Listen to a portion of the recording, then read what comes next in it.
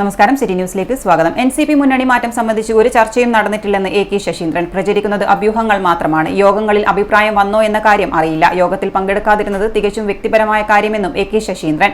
NCP എന്നും ഇടതുപക്ഷ ജനാധിപത്യ മുന്നണിയിൽ തുടരുമെന്നും അണികൾക്ക് വ്യക്തമായ രാഷ്ട്രീയ ബോധമുണ്ടെന്നും ശശീന്ദ്രൻ മാധ്യമങ്ങളോട് പറഞ്ഞു. കേരളത്തിലെ NCP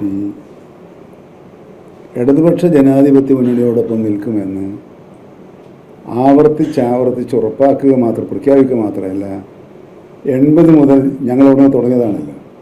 ഇന്നേ വരെ ഒരു മാറ്റവുമില്ലാതെ LDFിൽ പ്രവർത്തിക്കുന്ന ഒരു കക്ഷി ഞങ്ങളെ കക്ഷിയാണ്, CPI ആണ്.